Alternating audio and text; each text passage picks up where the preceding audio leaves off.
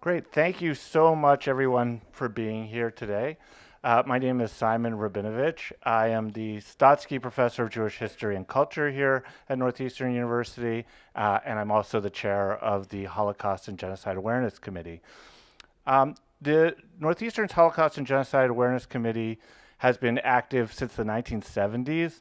It was one of the first university-wide institutions for Holocaust memorialization and education at an American university.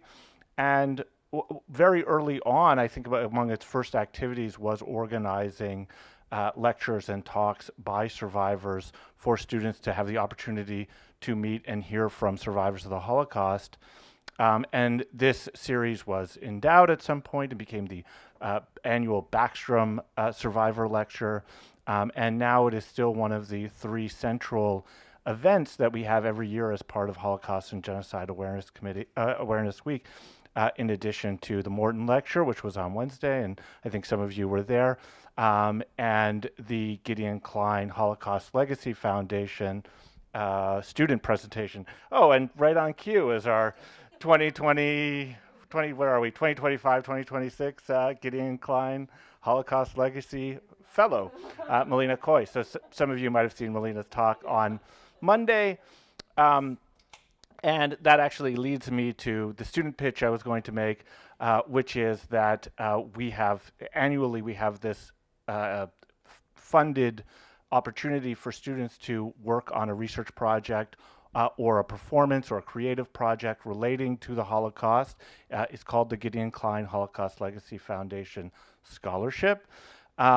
And we've had just incredible projects come out of this, including Melina's. And it's $5,000 to support student research and work, and students have just done incredible projects. So if you are interested in this, and whether you have an idea or you don't, please come talk to me or Professor Borman or Professor Lefkowitz, and we can brainstorm some ideas. Also, since you are a captive audience, this is my opportunity to pitch the minor in Jewish Studies, right? We have a minor in Jewish Studies. We know that at least for the students in Professor Borman's class, you've taken at least one class towards the minor.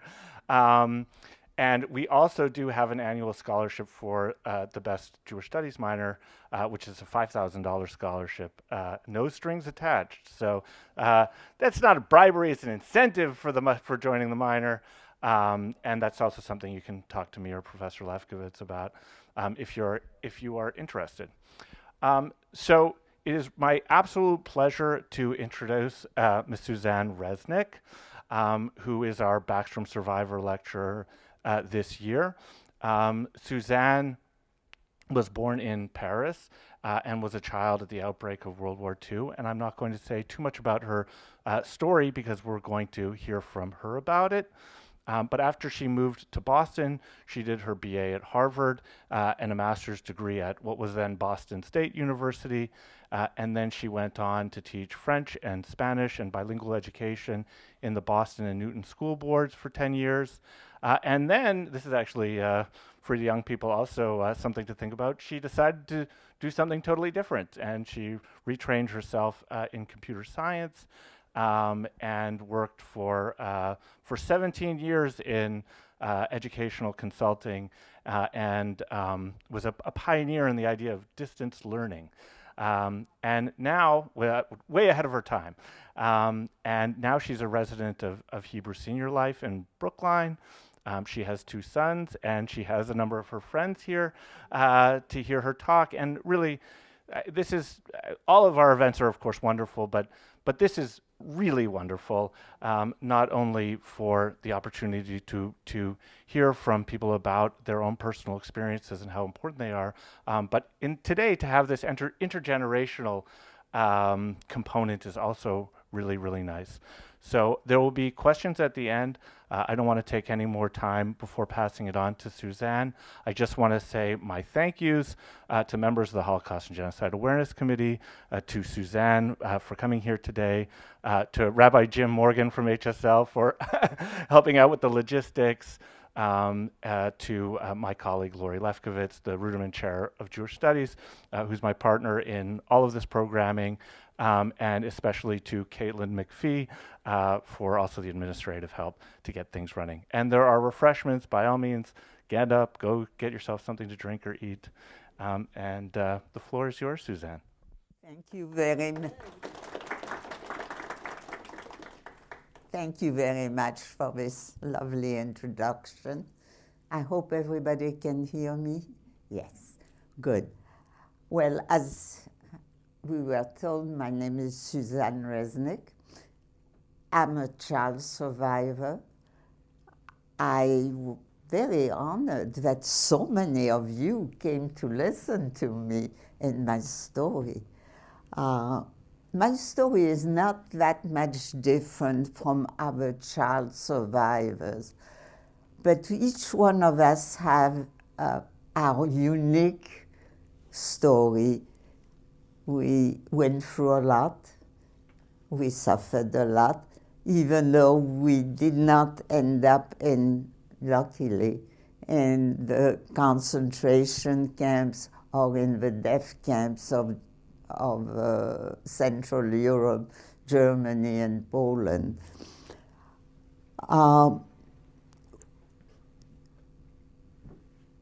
We all had to be very smart, vigilant, and we always had to be a step away or a step ahead, I should say, of the authority who were looking for us.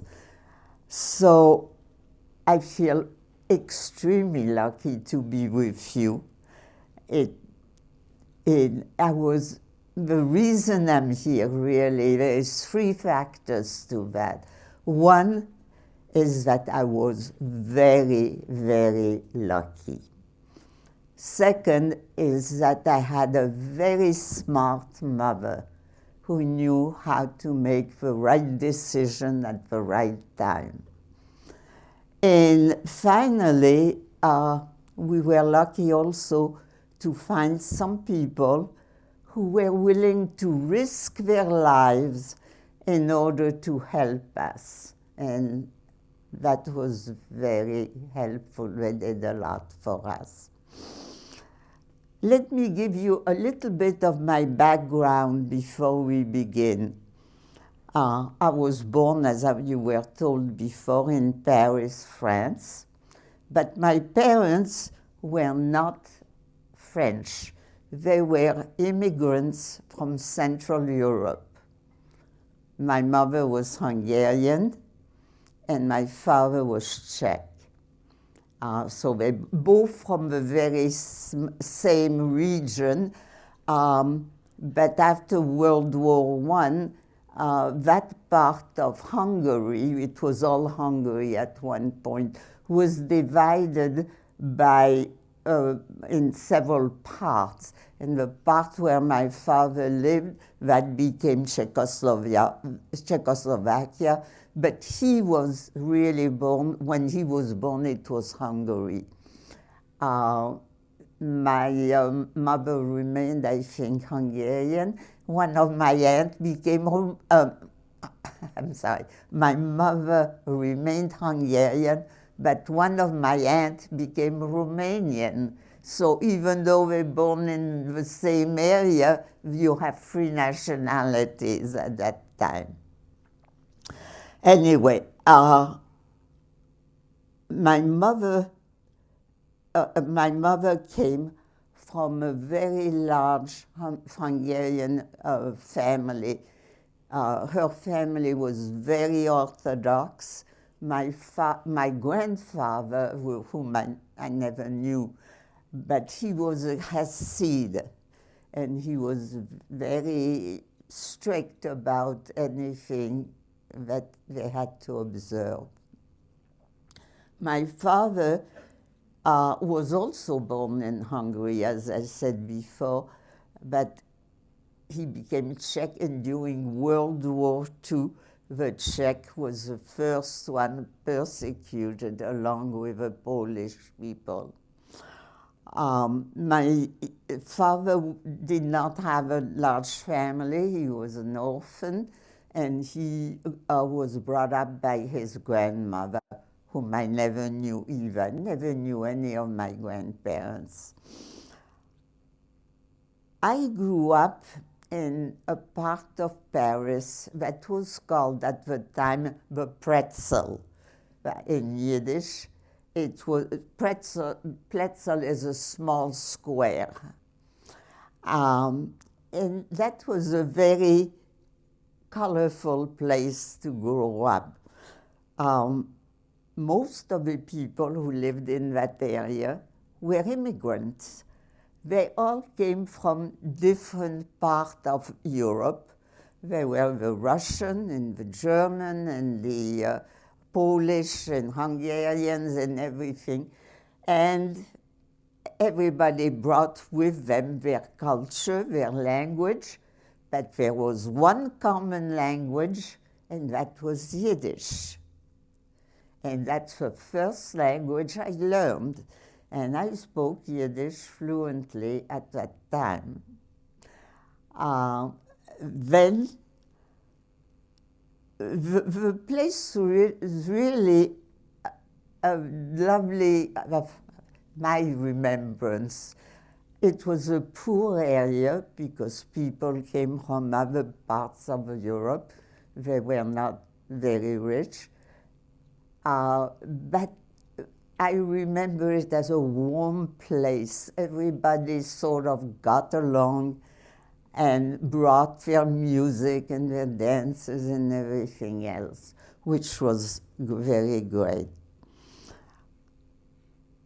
And as I was a child, up to probably 2 or 3, or maybe a little later, I didn't know that there were other people. I thought that the whole world was Jewish, because where I lived, everything was Jewish.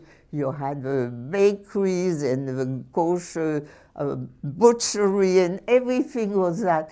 And wherever you came from, whatever country, you could get what you wanted because everybody spoke Yiddish at that time. Most people, maybe I shouldn't generalize it, but it was most people. When the war started, I was 6 years old.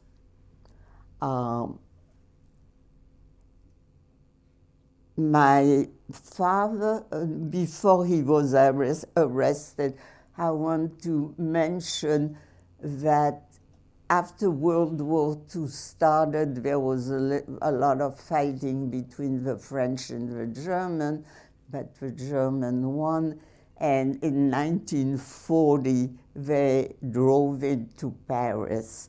And I remember when I had a little cousin who was born, and we were taking a walk with her and near the central part of Paris, which happens to be the town hall. And they were raising the German flag at that moment when we were walking. And I remember French people crying. And I did not understand why they cried, but that was the beginning of the German occupation. My father was arrested in 1941. He was one of the first one arrested. As I said before, the Czech people and the Polish people were arrested. It was a sort of a strange. They didn't come to the house and arrest him. They sent a notice that he had to report to the police station and for verification of papers. My father had all his papers in order, so he didn't worry about not going to the police station.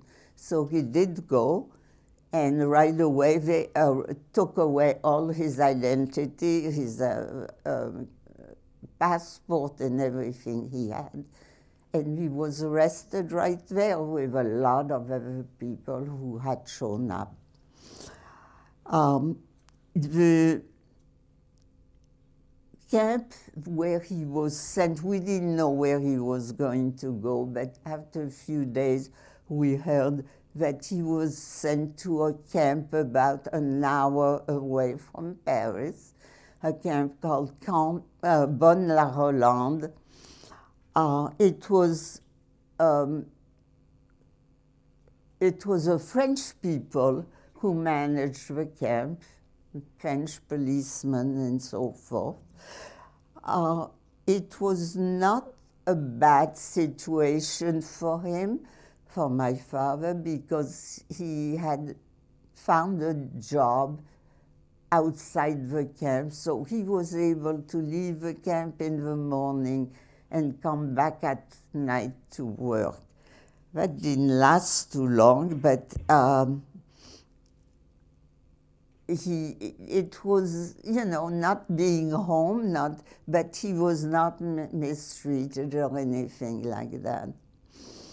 My mother and I lived in our apartment, and we were waiting for his return because for a long time we didn't quite know where he was.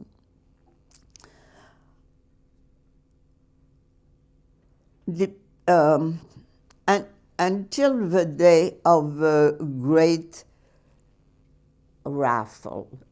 The raffle was the day when the French policeman again came in the middle of the night, gave the people about 10 minutes to get their clothes and something together for 2 days, and they took them away.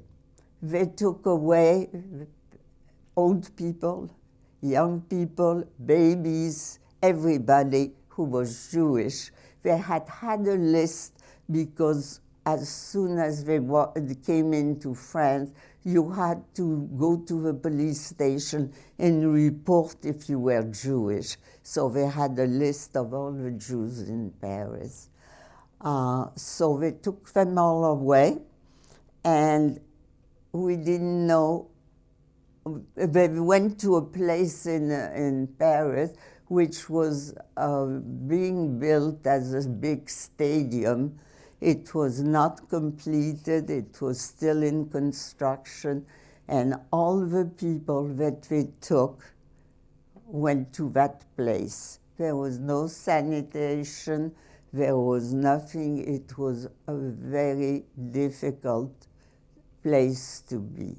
As a matter of fact, if sometimes you want to show a picture about that day, there is a picture called The Raft. The Brandeis Museum in their cinematograph, they have it, and I think you can borrow it or rent it. I'm not sure what they do. One day, my mother had gone. During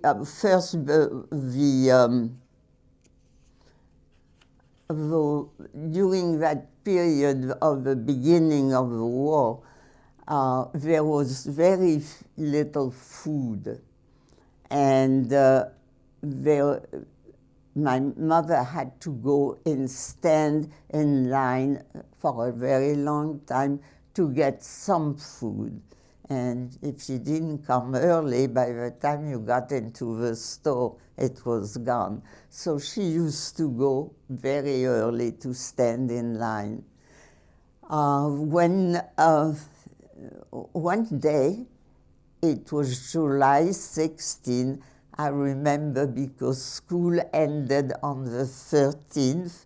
On the 14th was supposed to be the national holiday, which of course we couldn't celebrate at that point. And then the 15 and 16, the 16 in the night, they came for all the Jews. And that day my mother got up early to stand in line and get food. And she was very surprised. There was no line. There was nobody there. And this is when she learned that that the French policemen had come to all the Jewish people's apartment. Why did the French police do? They were probably ordered by the Germans. I'm not sure what happened, but it was them, and they were not very pleasant to Jews. They rushed them, and it was a difficult situation for both of us, for both of them. What my mother did, and which was a saving factor here, was that my mother rushed home. She woke me up. I was still asleep. She went so early that I was still sleeping. And since we lived right near the Pletzel, she didn't mind leaving me alone for a little bit. So my mother rushed home. She woke me up, told me to get dressed very quickly, got a few things from her house, and immediately we left the apartment. We never got back to that apartment ever. What did we do? We just walked in the street. First, we decided to go and see some of our friends. So we went to the first friend, and the neighbor said they were taken last night, they're gone, we don't know where. They went to a second friend, and the concierge told us the same story. And no matter what friends we tried to go and visit, they were all taken. So once my mother realized it was unnecessary to continue, we just went and walked in Paris. We had no place to go. You couldn't go to a hotel, you couldn't go to a park, you couldn't go anywhere because Jews were not allowed.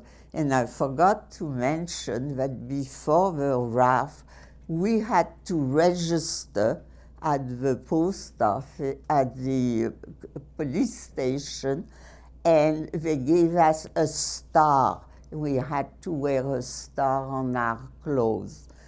And of course, because we had the star on our clothes, we couldn't go anywhere.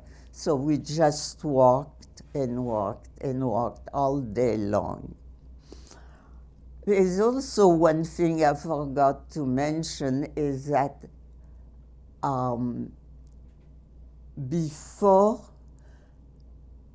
after the star, after decrees came out where Jewish people were not allowed to have cars, so they had to turn them in. There was not many cars at the time. The people who had them had to turn them in. People who had, at another time, people who had bicycles had to turn them in. People who had, I don't remember all sorts of things, what it was, but it didn't affect me. I was a little girl, But when they had to turn in radios, that's when I didn't agree with them.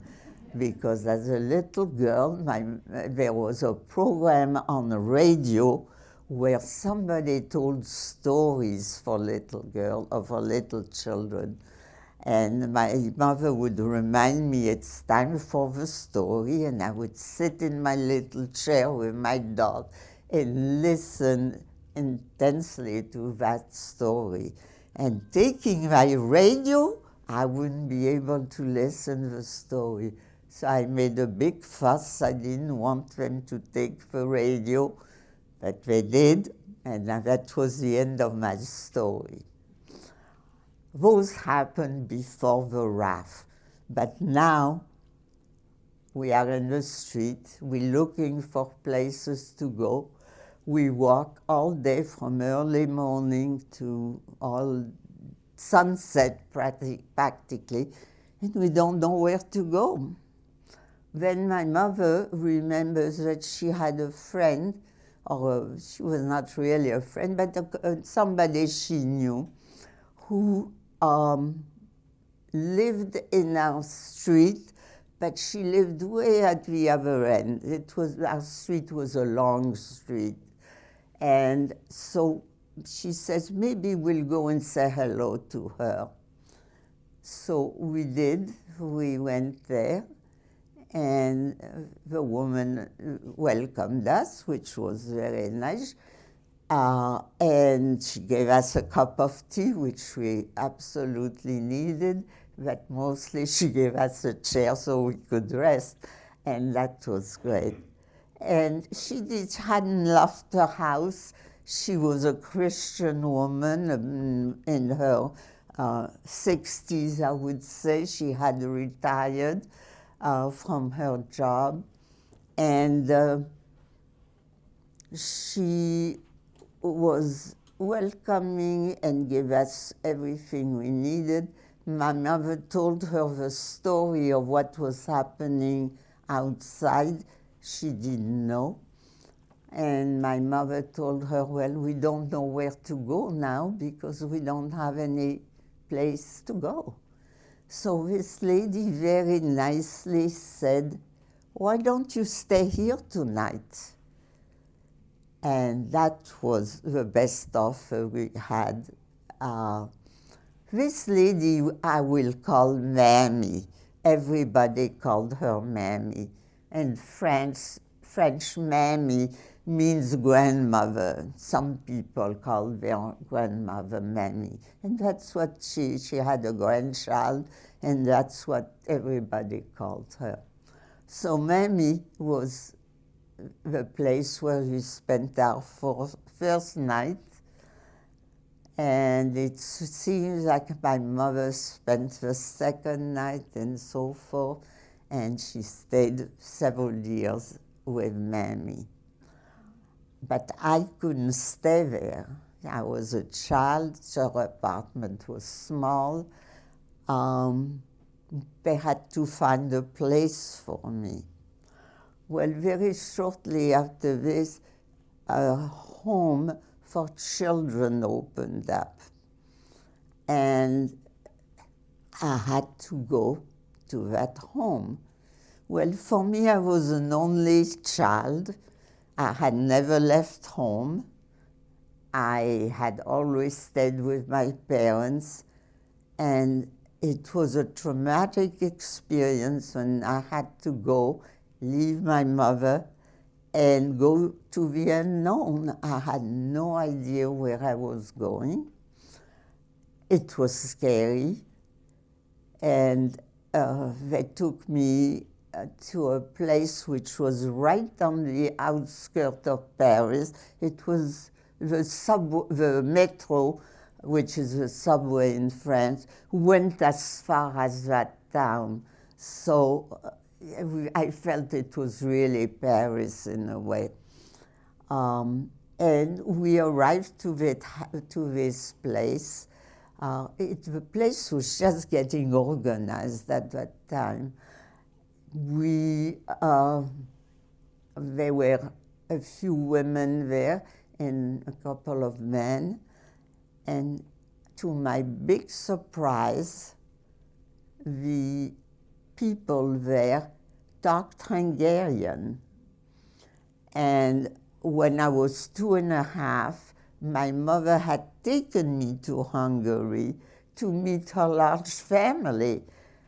She wanted me to be part of the family, so we went to Hungary to visit all my aunts and uncles and cousins, and there were lots of them.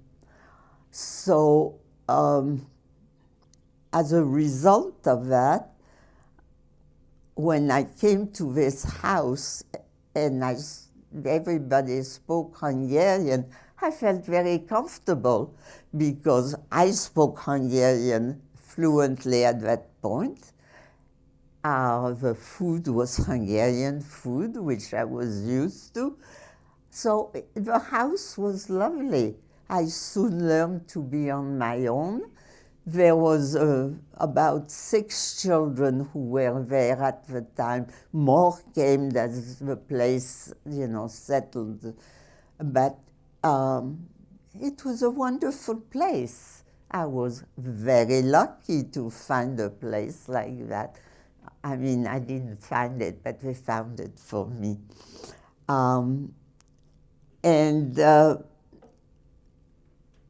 The home was very well organized after, things went smoothly. It was a place where they taught us Hebrew. I learned to write Hebrew, and I didn't speak it because it was not the speaking language. Yiddish was. And they taught us songs. We celebrated Shabbos, lit candles. We did all sorts of very Jewish things. And it was a warm, all the people there, boys and girls, they were brothers and sisters. The people who took care of that were aunts and uncles, we called them that. And it was wonderful, and I loved the place, and I loved the kids who were there. They start as dancers. I mean, it was a very pleasant place. But very soon, we had to go to public school, and that was not so nice. When I, oops, that doesn't stay too well. Okay, that's good. I'll put it here.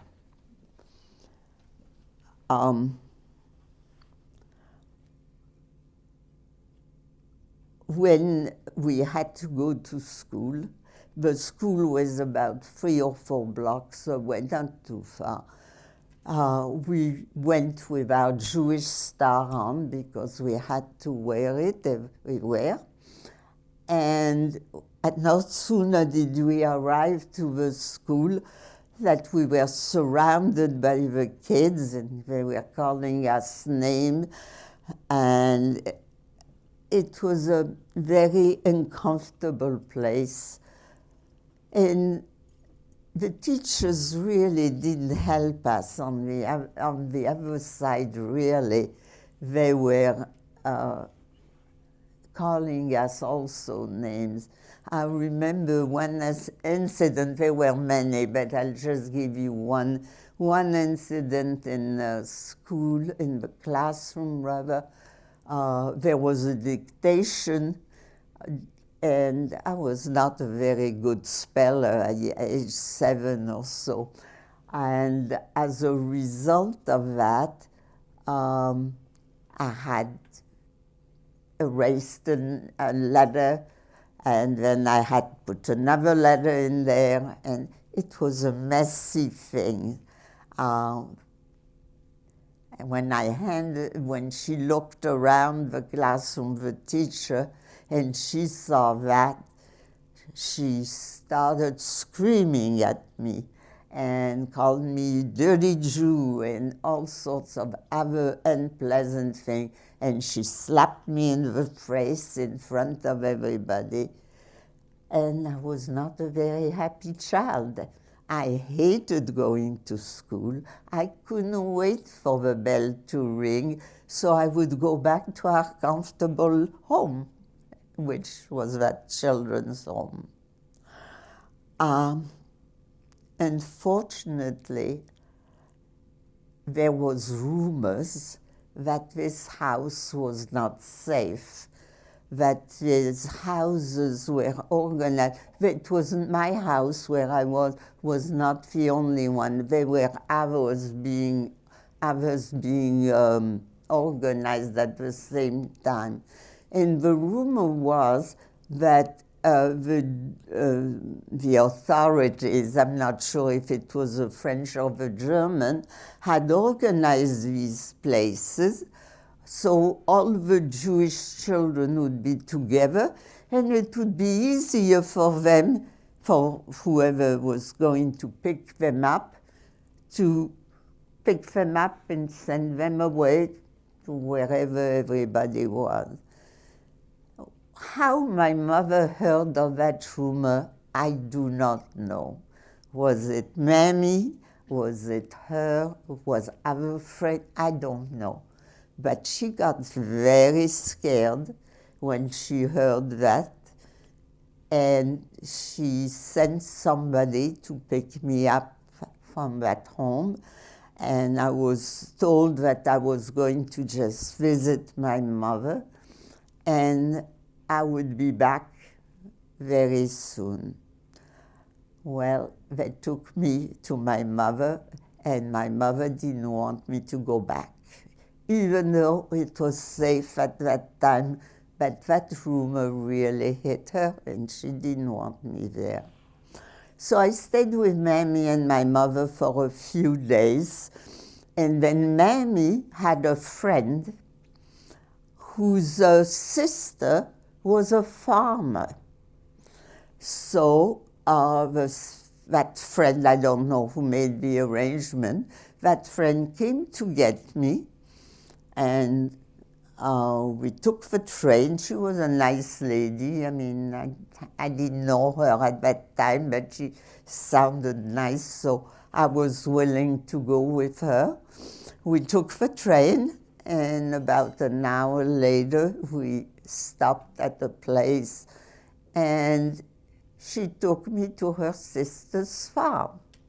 Here I was a little girl from a big city, and I find myself in a farm. It was a completely different environment from what I had been in, and it was a very good education for me. I had seen pictures of hens and rabbits and horses and all of that on books, but I had never seen them really. So I learned. The first day was very hard, but after that I learned. I was given jobs. My job was to watch the cows. There was no fences in the prairie where there were cows stayed, and there was a road beyond, so I had to watch that they don't go on the road. And also the farmer had a little plot where he was growing tobacco. There was no tobacco, so his tobacco was very precious just for him and his family. So we had to keep the cows away from the tobacco because they liked it too. Then I was also given the job of feeding the rabbit. That was an education. Rabbits multiply fast. And I learned a lot of things there. Then I had another job. The hen in the farm were loose. They didn't have a hen house and they dropped their eggs a little bit everywhere. So my job was to go around and look for all the eggs around the farm. I loved that job. That was the more fun. Anyway, I stayed there a little bit.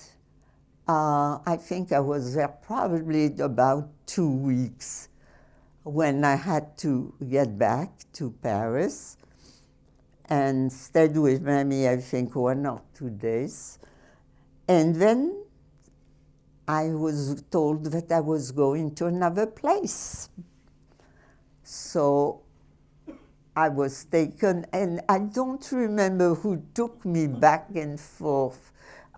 It was probably strangers that I didn't know, and it didn't leave a mark. Anyway, I got to the station, and I was handed over to a nun.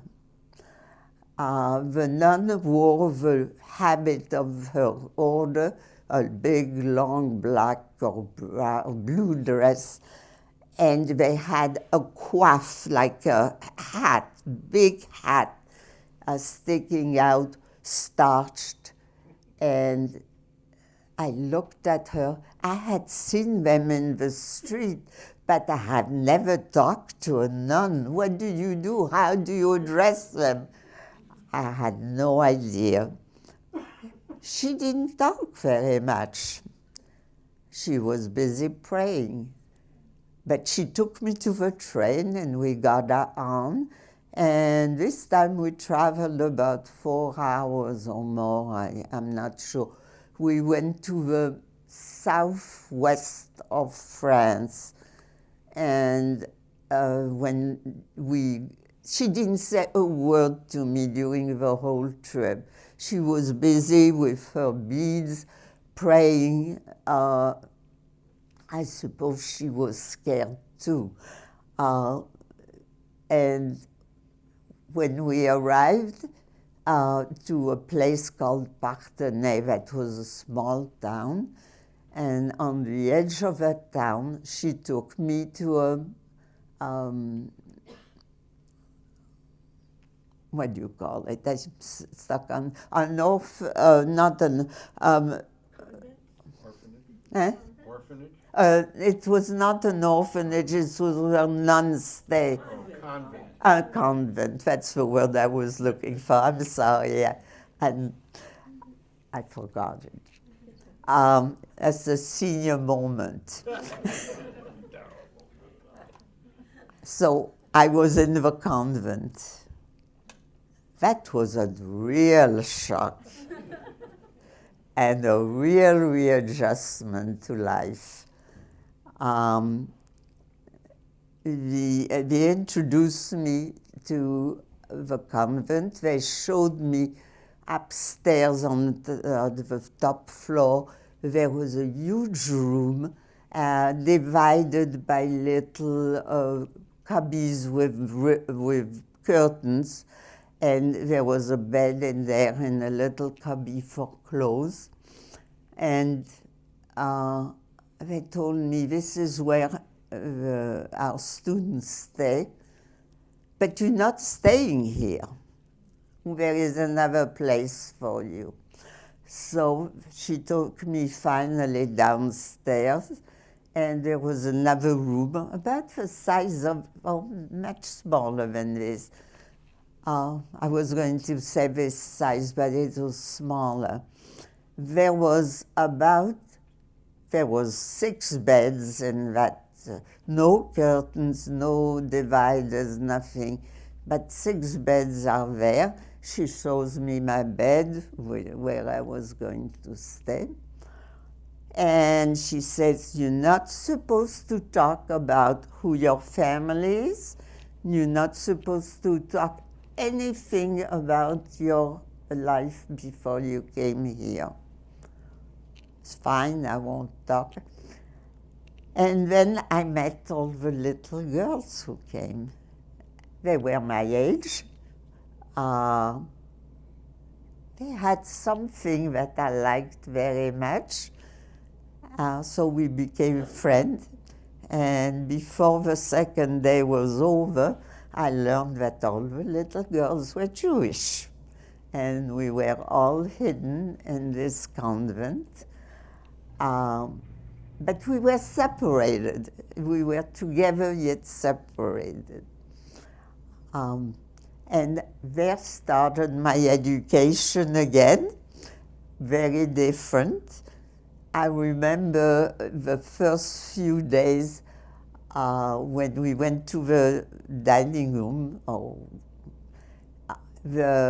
everybody before the meal prayed Christian prayers, and I would say the Hamotzi for myself because I was used to that from the Jewish home.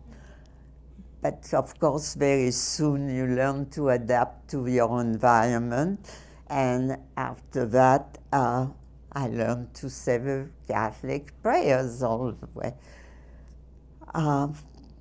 Not only that, but I also learned very quickly, probably the first day, that Jews are very bad people because they killed Christ. And that I did not agree with, because when anybody says something bad about a Jewish man, I associate it to my father, and my father wouldn't kill anybody, so I knew it was a lie. But anyway, that's the way the place functioned. And I had to learn the Catechism, which is the Christian book of learning for kids. And it was repeated there all the time, so I heard it many times. The food there was not very good. It was very scarce, terrible, not the cooking that I was used to. They used stripes, and it smelled bad, and it was horrible. But when you're hungry, you eat it. So we did.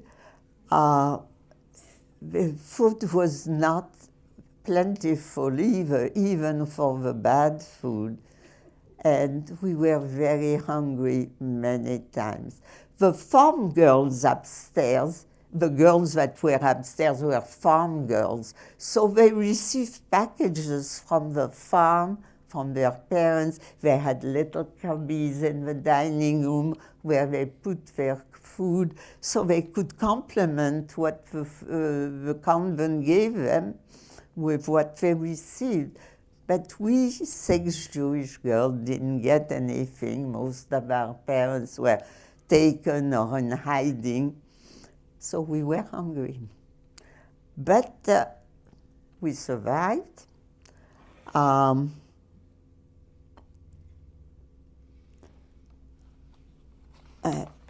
Let me see what I go by first. This is not, never mind, I'll hold it, It's easier than putting it here.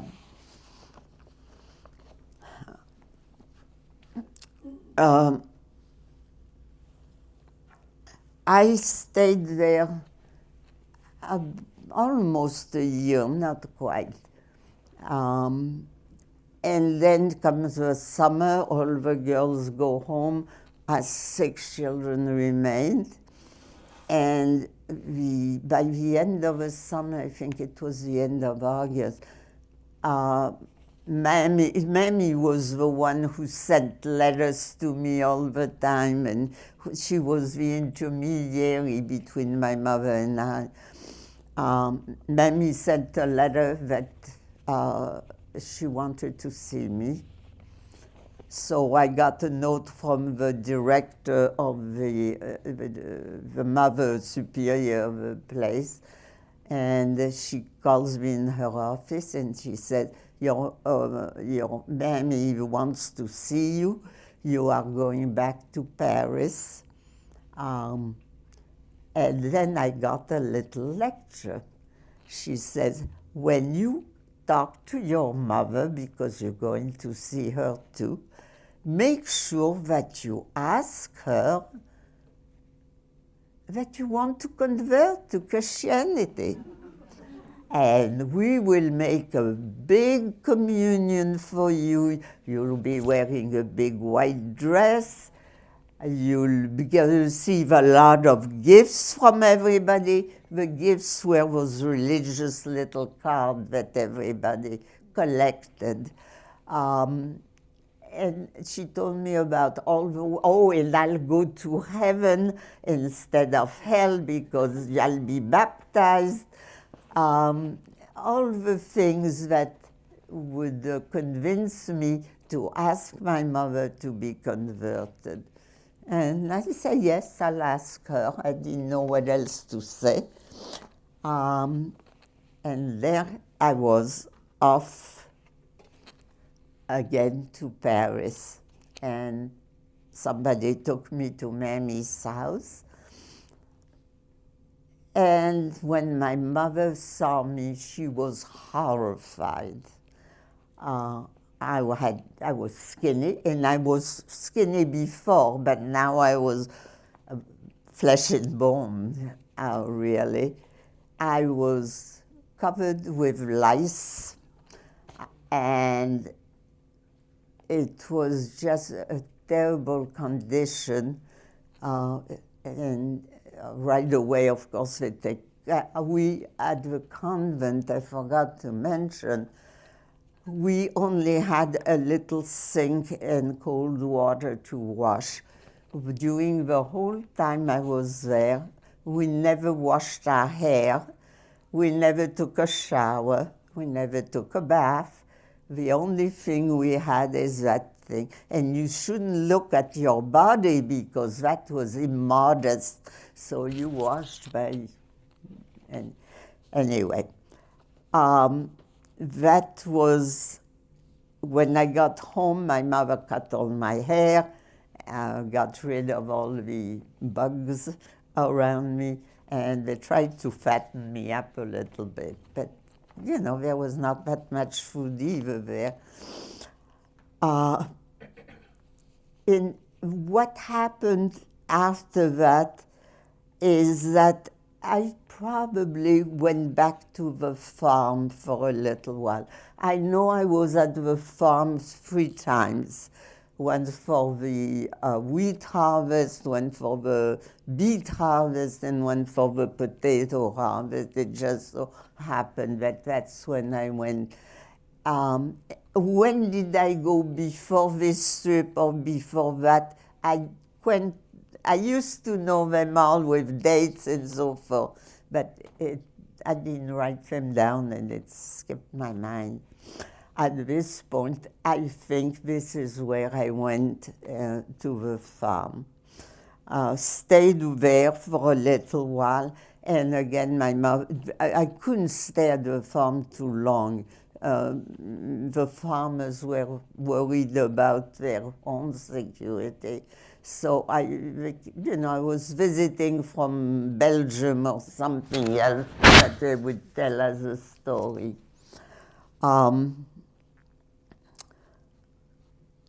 So I went back to visit my mother and Mammy.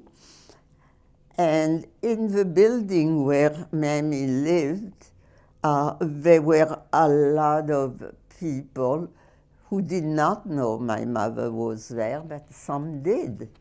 And my mother tried to ingratiate herself. She took care of the people who were sick. She babysat on occasion, only with the people who knew her and so forth. And then the concierge of the building had a baby. And she was going to come home from the hospital. And my mother promised to help her take care of that baby. So she was home from the hospital probably 1 day or 2. And my mother was ready there in her apartment. She was diapering the little baby. And somebody knocks at the door of the apartment, and the concierge answers the door. A man is there, and he says to her, "There are Jews hiding in this building." And the concierge didn't know what to say. She just listened to him, and he said, "Will you tell them that we're coming to get them?" And my mother, who was in the back of the room with the baby, almost dropped the baby. She got so scared. It was a warning. We don't know who this man was. We don't know whether he means it or not. I mean, we just didn't know. But my mother felt that we couldn't stay there any longer. She wouldn't stay in that hiding place. Plus, Mammy's life was in danger because if they found somebody who were hiding Jews, they were gone. Anyway, within an hour, we had a little suitcase ready, and off we go. We didn't have much, so it was easy to pack. And we were back in a train station. Mammy had worked for the railroad station when she was working, so she was allowed so many free trips on the train. So she took us, we paid for our fare, but she decided she didn't want to stay in her apartment. She was coming with us. So we, all three of us, boarded the train. And I didn't know where we were going. Nobody ever told me anything. I just followed. I had to go. So we boarded the train and we traveled again. And we are in the middle of nowhere when the train stops. And we wait with the, and then there is a rumor that goes around the train that a German officer had been killed on the train and that they are looking for the people who did it. So there were Germans on the train who were going out from compartment to compartment, checking the identity of everybody and looking for the killer. Well, that was a real scare because my mother's identity on her identity card, everybody in France has to carry an identity card, and on her card, in big red letter, it says Jew, Juif, which means that if the German sees her identity card and sees that, she'd be arrested right away. Mammy took me aside and said to me, "You don't know that woman across there. All you know is that your name is Pauline," and that was the name of her granddaughter. So she wanted me to be her granddaughter if anybody questioned me, and I didn't know that woman. So they would take my mother, but they wouldn't take me. Well, it was very scary. We waited and waited, and finally the train started rolling again. It's the next rumor that came that they found the guilty man, whoever did that, and the train can go on. So we did. But that was one of the big, big scares that we had during that period. Now, where were we going? We were going in the north of France. I had never been there. I didn't know anything. When we landed in a city called Valenciennes, I was surprised it was evening already, but the city had been heavily bombed by the Germans. And there was not a building that I remember that was standing. I'm sure there were some, but where we went, there was not one. And they were all wrecks and so forth. And then we took a little trolley, and we continued traveling until we end up in a place called Bruay-sur-l'Escaut, Bruay was a mining town. And there was, how did we get there and why, I don't know. Who knew the people there? I don't know. There is a lot of things they didn't tell children. Anyway, I ended up we ended up meeting Hungarian people who talked Hungarian. It looks like the man worked in the mine and the women lived, they had what they called the coron, where every house is exactly the same and it's for all the miners. So we stayed with one of them for one night, and the next day we were introduced to another man whose name was Emile Verdaven, which is a long name, so I'm going to call him Mr. V.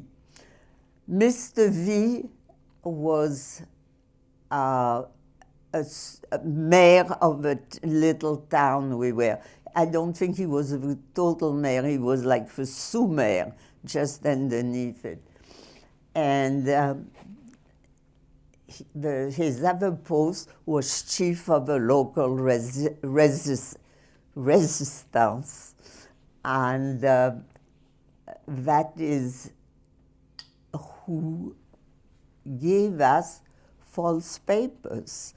I mean, they were not false papers, they were real papers made from the town hall of the thing, so the papers were true. But there was new information. I was no longer Suzanne Berkovich, that I was at the time. I was Suzanne Bertonnet. Bertonnet is a very French name. Berkovich is a very Jewish name. So now I became a real Frenchman. I was Suzanne Bertonnet, and I was born in Oran, Algeria. By that time, Algeria had been liberated by the Allied forces already, so they couldn't go and verify the information. My mother was born in Algiers, and her name was also Bertonnet, but she was called Blanche, which is also a French first name. And this man found us a place to live and brought us bags of potatoes. That's why I like potatoes. And a lot of other things to survive there. There we were not hidden. There was no point of being hidden anymore. We had French name, we had French papers. So we lived openly as immigrants from Paris and from Algeria. So that's where we spent almost a year, not quite again. Of course, there was another problem with that place. It was in the middle of an industrial area, and we were bombed every night. The Allied forces came, and they bombed whatever targets they had, I don't know. But I remember every night getting up, seeing the planes go by, and seeing like fireworks. And one bomb fell less than a mile from where we lived. That became the tourist attraction for the next few days. Everybody went to see the huge hole that it created. But luckily, it never hit us. So we stayed there. I had other adventures. The priest of the town came, why don't you come to church? And, you know, all sorts of things like that. There was many others. I did go to church with one of my little friends just to appease the priest, because my mother insisted on it. So I did. When we were there, a big crisis also happened. Mr. V was arrested by the Gestapo. The Gestapo was the branch of the German army that was the worst. They did the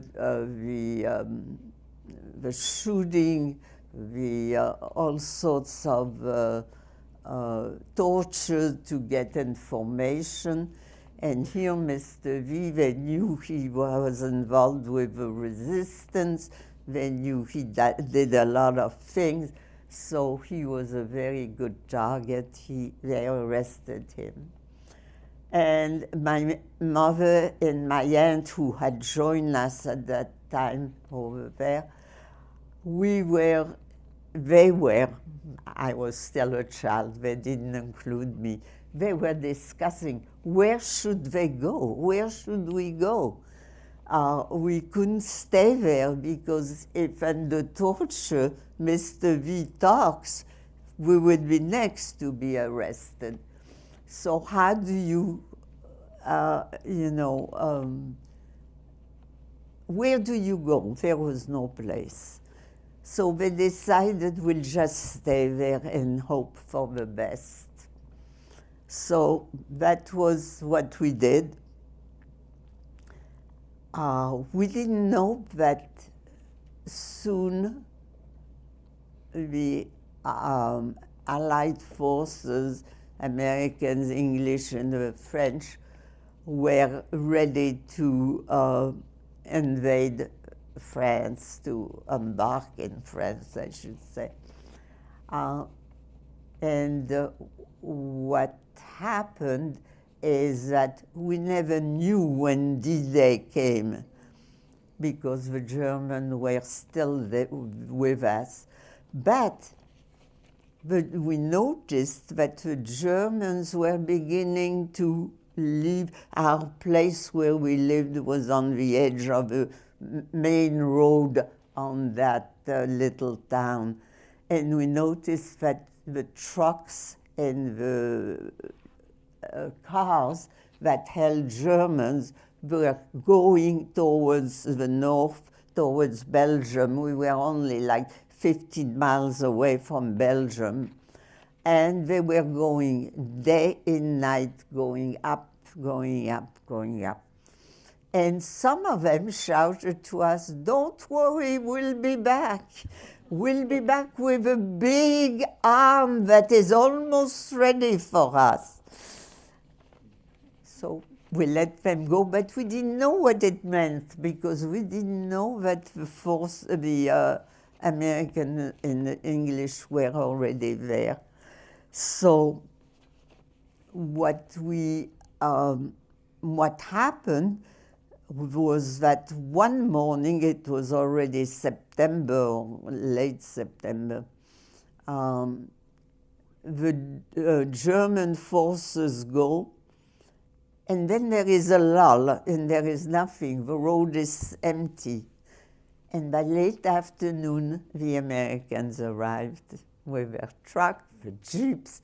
There was such joy in the town. Everybody was dancing. For the first time, I heard the Marseillaise, which is the French national anthem. It was just a very joyous day.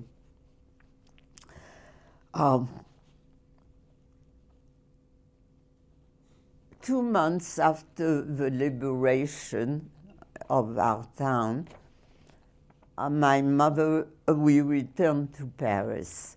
We didn't have money to take the train, so my mother arranged that a guy who drove a truck with goods for the market in Paris would take us along. So we ended up in Paris again.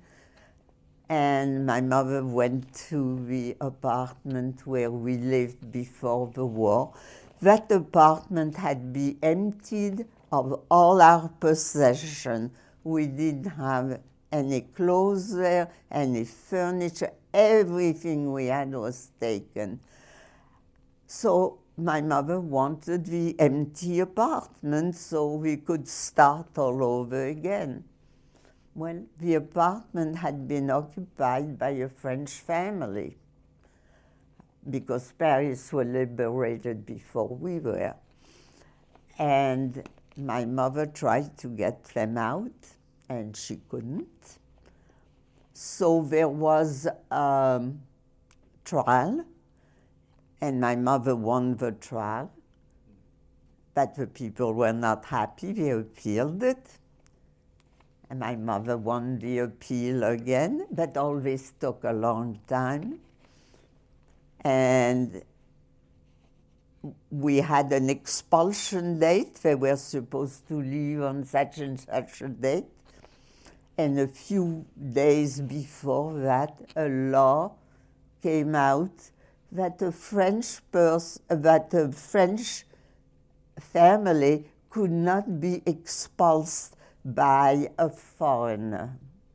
And my mother still had her Hungarian or Czech passport.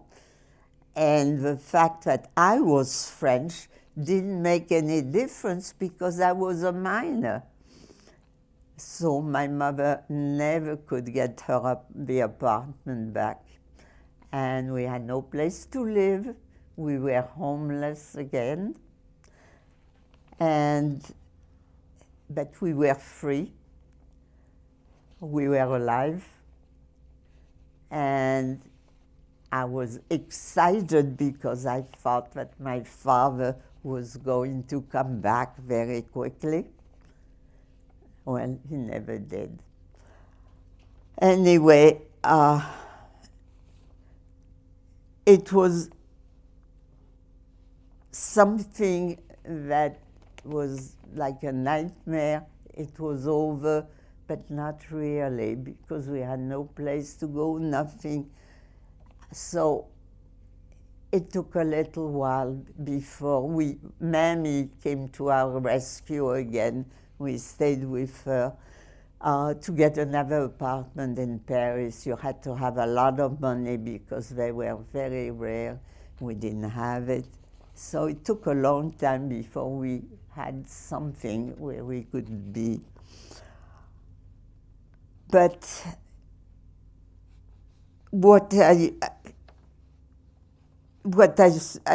survived, but my father didn't come back, and we soon learned that my mother's large family, she had 4 sisters with their spouse and their children who were deported to the death camps. She had 2 brothers who were deported with their family, wife, and so forth. And she was in a very depressed mood about all of that.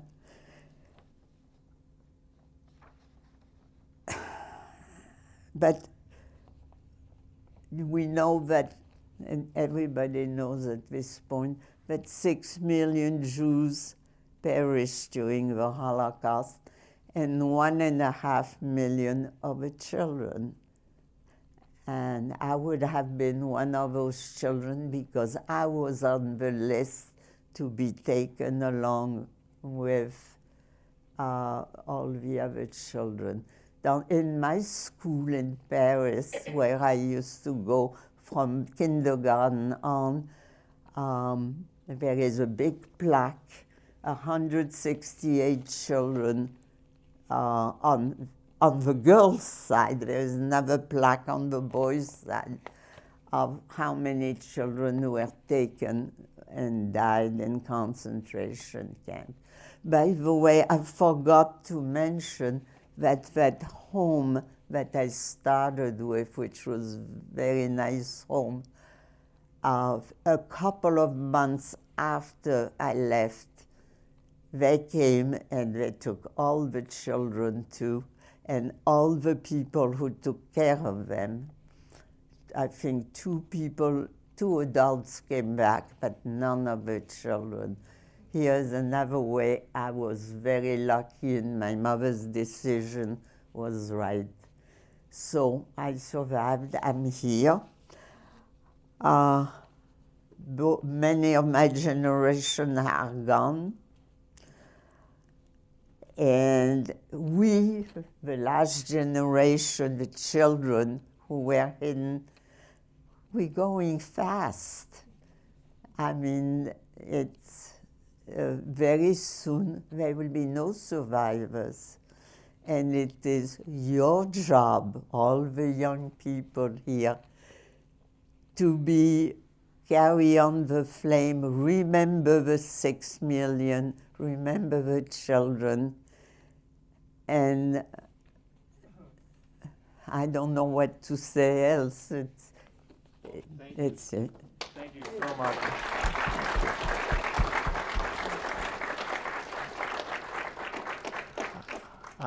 Before I turn it over to questions, I just want to say thank you so much for just an incredible story and for sharing it with us, which I know is not easy at all. And my recommendation to everybody is hug your mothers, because really this is a story that's a testament to motherly love and commitment. So we have some time for questions, and I do know that students may have to go to classes. That's fine if you need to, but we can also stay a little bit longer for those who are able to.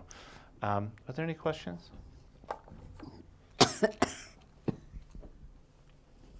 Once you were liberated and you were allowed to be Can you speak up a little bit? Is that better? Yes. Once you were liberated and you were allowed to be like a practicing Jew again, did it impact how you practice Judaism? That's a very good question. I must say that when we were liberated, I did not want to be Jewish. I didn't want to be Christian, but I didn't want to be Jewish. I was told Jews are bad people. I knew it wasn't true, but I didn't want to be looked upon as a Jew. And in France, as a matter of fact, I was not the only one. There was many people who assimilated, and I have cousins who also went to a different convent and were all baptized. And some remained Jewish even though they were baptized, but the others did not. And it hurts me to even know when she talks of a little Jesus. It hurts me to hear that. But so the fact that my mother, even though she did not believe anymore in Judaism or God or what, I think it was God that she didn't believe in, because I remember her saying, if God allowed the Holocaust to happen, there is no God. That was her answer. But when came the high holidays, and I had just gotten a job, it was a menial job, something I didn't like too much, but I had just gotten it, and I was proud of it. And my mother said, well, tomorrow is a holiday, you cannot go to work. I said, what do you mean? I'm going to work, I just got that job. And she says, no, you're not going. And we had a big discussion. She says, you don't have to be religious and believe in it, but you have to observe the holiday for your heritage, for your ancestors. And that's how I went back to a synagogue for the high holidays.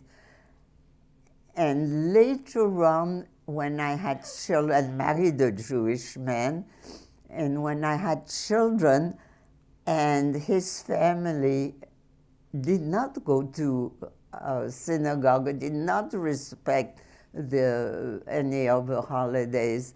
I was bothered because I wanted to raise my children Jewish.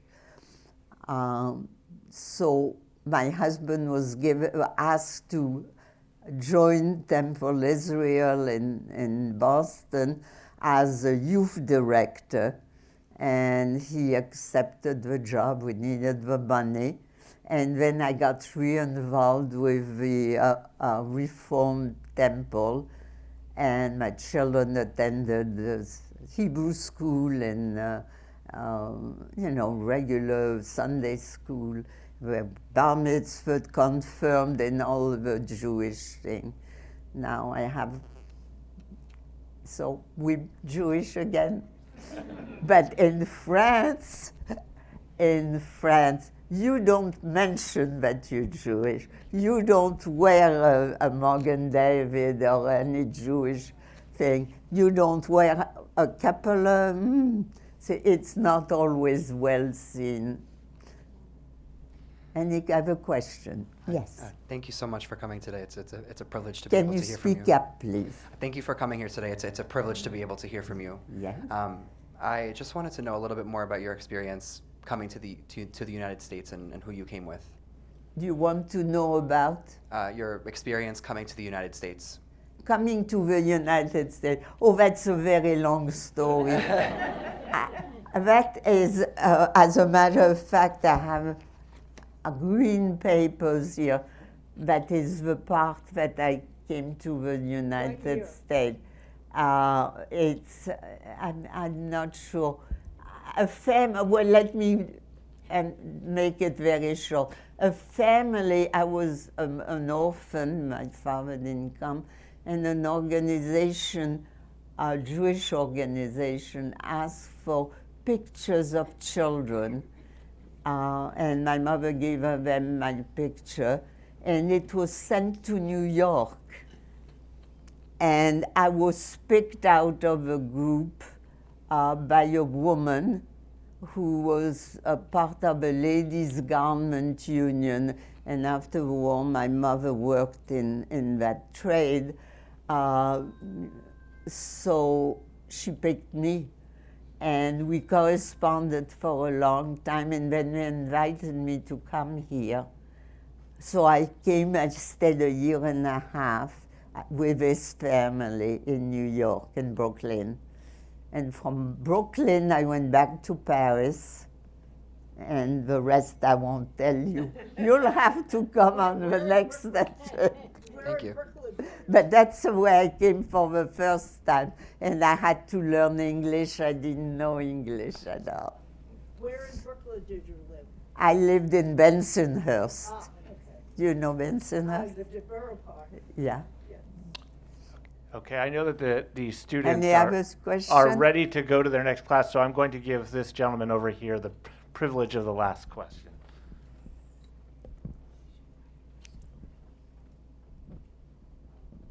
Hello, I Hi. just wanted to know how your experience in France was How after what? your experience in France was after the end of the war, after years of Nazi occupation. How were things in France for you immediately after the war, before you came yeah. to the U.S.? It was very difficult. First, we had nothing. My mother went back to work full time. And I had to go back to school. My mother wanted to enter me in a lycée, secondary school, and they refused to accept me because anti-Semitism was still there. And my mother kept saying, but she's a very good student, you're going to like it. But there was no way they accepted me. So I went back to the former school I was, and I was delighted. And the nice thing about being there was that occasionally you would see a child come back to the classroom, and we had known her before the war, and everybody clapped and it was very joyous to see them back. Well, thank you so much, Suzanne. This was really an incredible experience for everybody. Thank you. Thank you for listening to me. And thank you, students, and thank you, residents of Hebrew Senior Life. And thank you to the faculty and staff who are here as well. Have a great Friday and weekend. Have a good weekend, everyone.